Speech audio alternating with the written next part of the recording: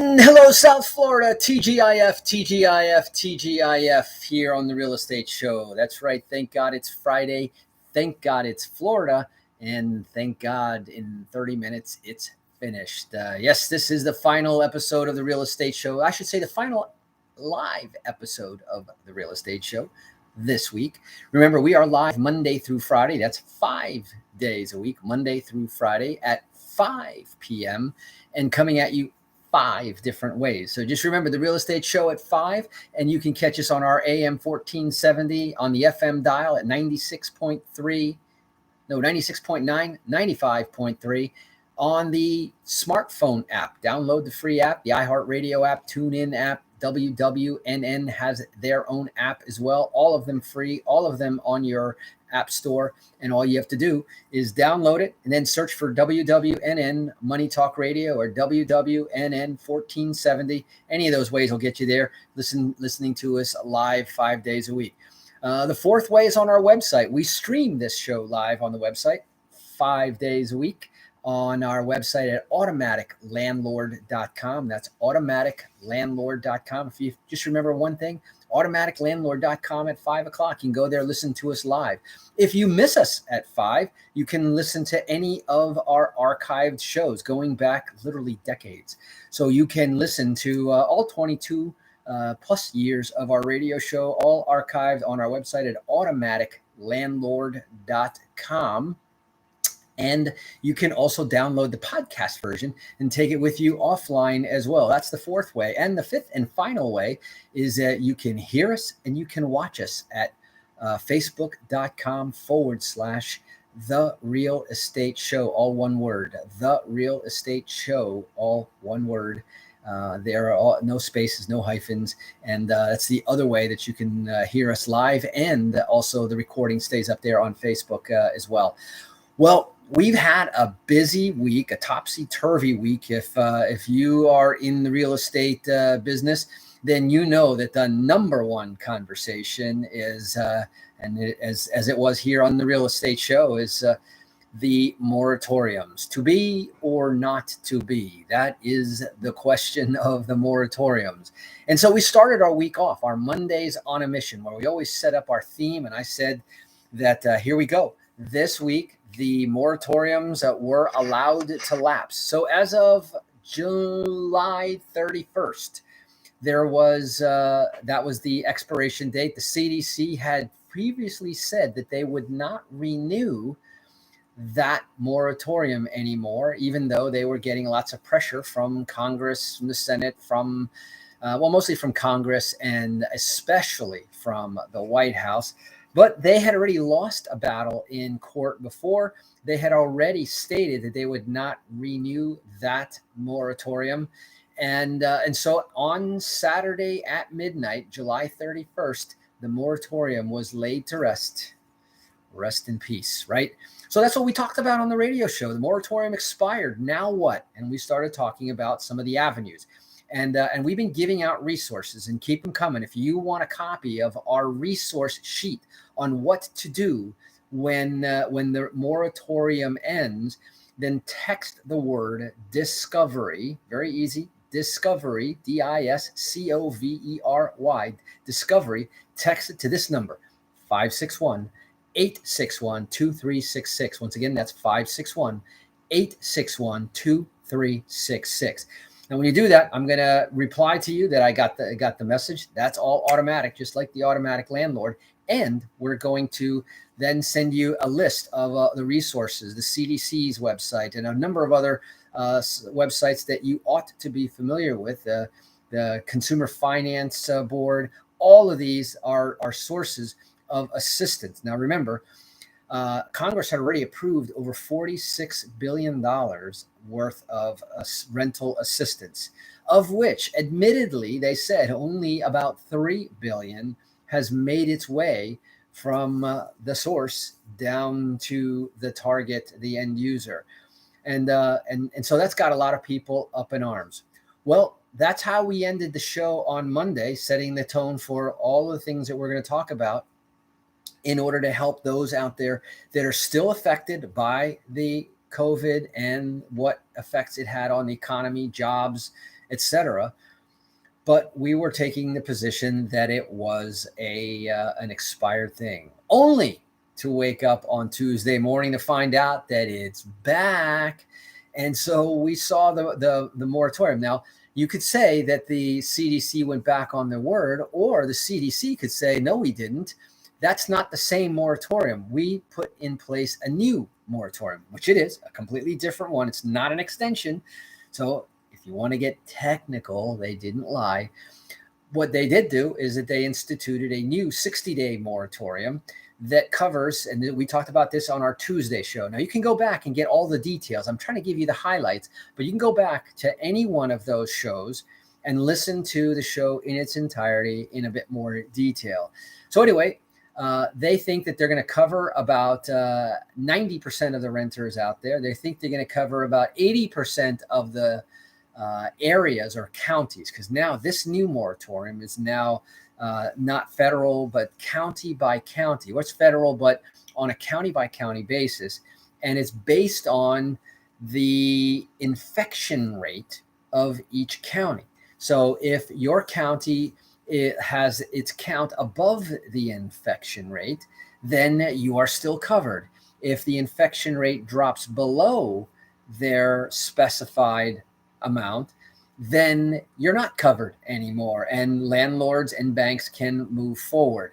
So now you've got to know which site to go, and that's why we put out this information. Text discovery to 561-861-2366.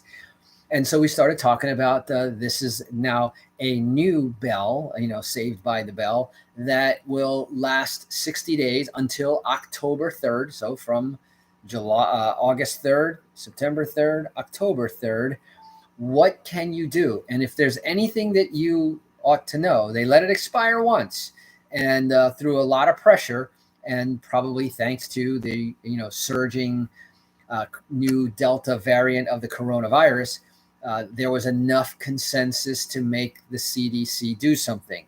But here's the caveat, and there's a couple of them. Number one, remember I said earlier that the CDC lost in the Supreme Court, saying that what they did was not, they didn't have the legal authority in order to effect these moratoriums. And you got to think about what this really is. I mean, when you can now override a contract, so contracts can be overridden by the CDC.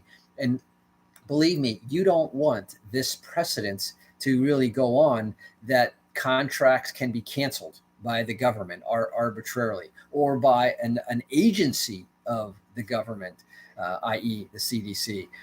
You want things to work in a much more sound and don't change the foundational rules. Now, I'm not talking about that the moratorium shouldn't exist for those people affected, by all means, but it probably shouldn't have been the CDC guidelining that, and there's got to be some sort of an oversight that they can't overstep, or any agency can overstep.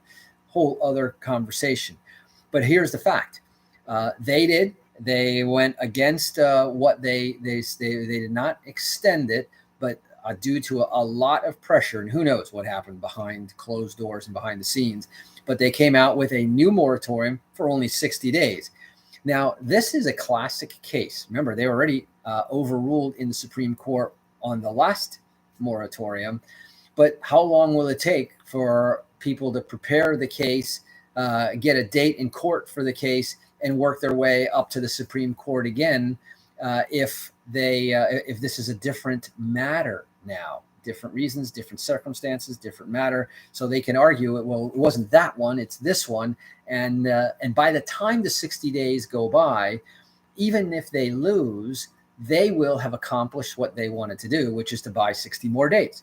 And so interesting thing to watch. You got to watch several things. Watch the courts, what's going on in the courts. So stay tuned. The Real Estate Show is watching it with you and for you. And the second thing is watch the levels of infection rates in your county, because independent of the courts, that can determine whether you're still in or whether you're out of the protection based on the infection rates. So that was our conversation on Tuesday.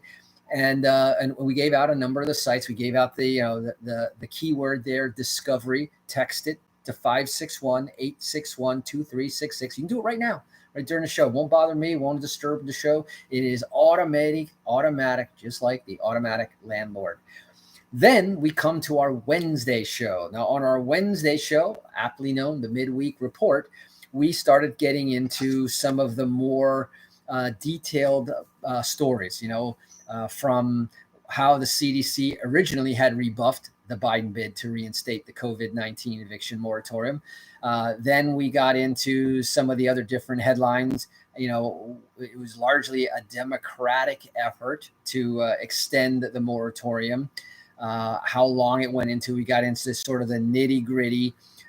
Then we started talking about 10 states that, in spite of, so all of that notwithstanding, there were 10 states, and we listed those. So despite the national protection having expired, and in spite of or regardless of the new extension being legal or not legal, there were, and we talked about 10 states. We listed them state by state. It's in the resources that you'll get if you text the word discovery to 561-861-2366.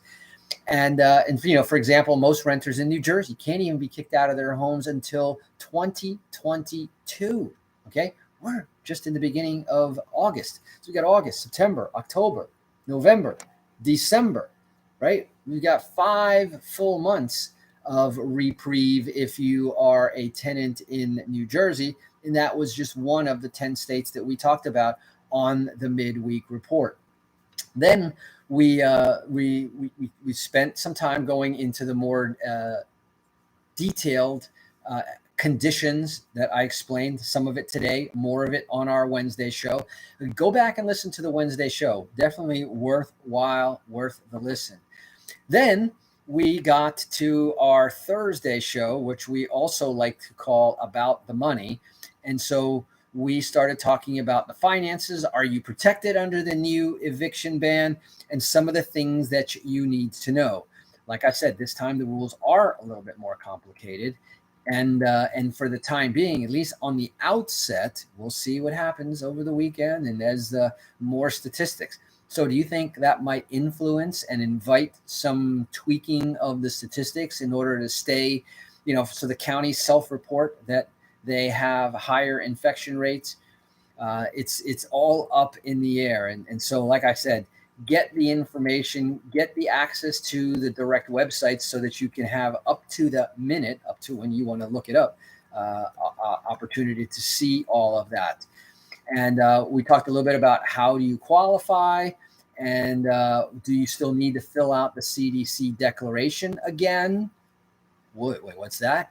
Find out from the resources. That's important, because if you meet the above requirements and have not filled out and provided your landlord with the CDC's declaration, you ought to do so quickly, because then you're not in compliance. If you've already done so, however, the protection should, operative word there is should, carry over, and you shouldn't need to take any other actions, but you better check it out with your local.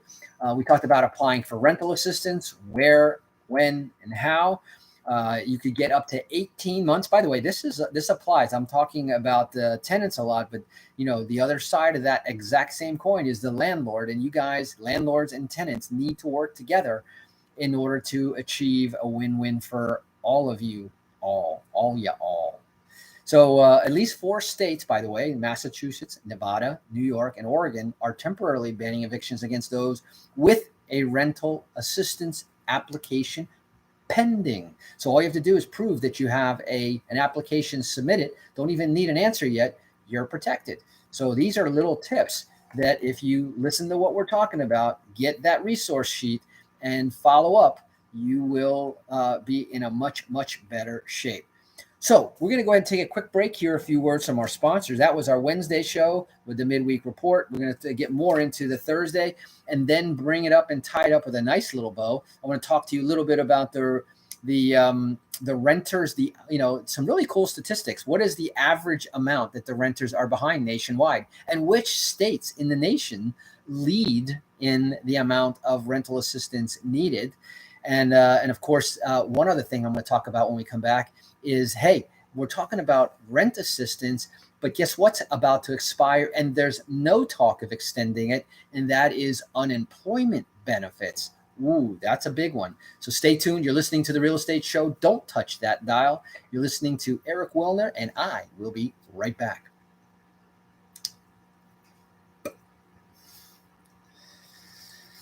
So TGIF, we definitely are mailing it in in terms of Casual Friday, as you can see. So what do you want me to say?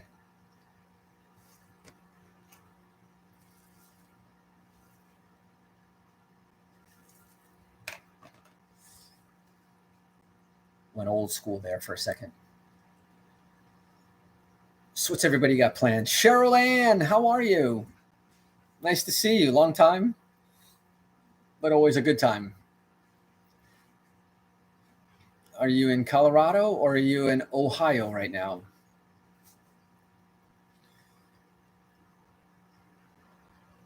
And what's the weather like where you're at?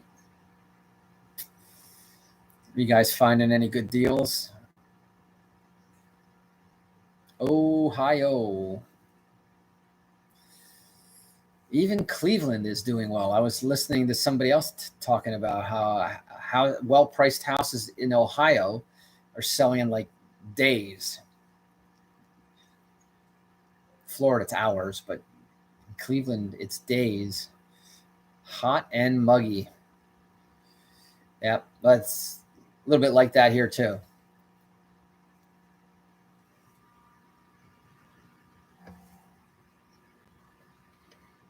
So let's see, where do we want to pick up? We covered that sufficiently. I want to talk about this.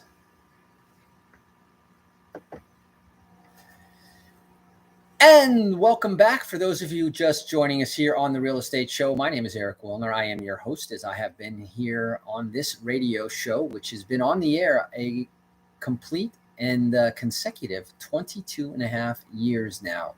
Started in April of 1999, and just before my son was born. And it is now celebrating its 22nd year, through good times and through the bad times, through ups and down markets, through the Great Recession, and now the Great Pandemic. And we've got a lot more to go here on The Real Estate Show, and a lot to offer. And hopefully you'll share this information. Tell more people about The Real Estate Show. This is the kind of stuff that more people need to know, especially right now. And we spent the entire week talking about the eviction moratorium, what to do as a landlord, what to do as a tenant, where to go for the information. If you want to get a copy of our resource sheet, text the word discovery to 561-861-2366. And today is our TGIF edition, and we're wrapping the week up with not just a quick summary, but I wanted to also give you a couple of interesting statistics. Did you know that renters are behind, on average, nationally, $3,700 in rent, and that's on average. And then there's a very interesting map, which for those of you that text the word discovery to our smart line number, 561-861-2366, I'll send you a link to this map, because what they call the rental debt map varies sharply between states. And it's kind of interesting. The three top states in terms of population, of course, are also the ones with the most debt. Well, there's a mathematical discovery. And but of course, leading the nation in delinquent rent due is none other than California. California is on average is over $5,000 per tenant. Multiplied by, and we're looking at about 11 million folks. And we have right now about 1.8 million that are in default, in forbearance. And we've got 11 million. So literally a 5-to-1 ratio, quick math. So you're seeing that the tenant problem is 5 times bigger than the homeowner, right? Because the forbearance is homeowners and landlords, but in either case, they are the owners. little insight there. Remember what I was talking about? It's better to be in real estate than on real estate. In real estate are the owners. On real estate are the renters. And this map has it, shaded by colors between 2,000 and 3,000 average past due rent, between 3,000 and 4,000, 4,000 and 5,000. Of course, so the national average is between 3 and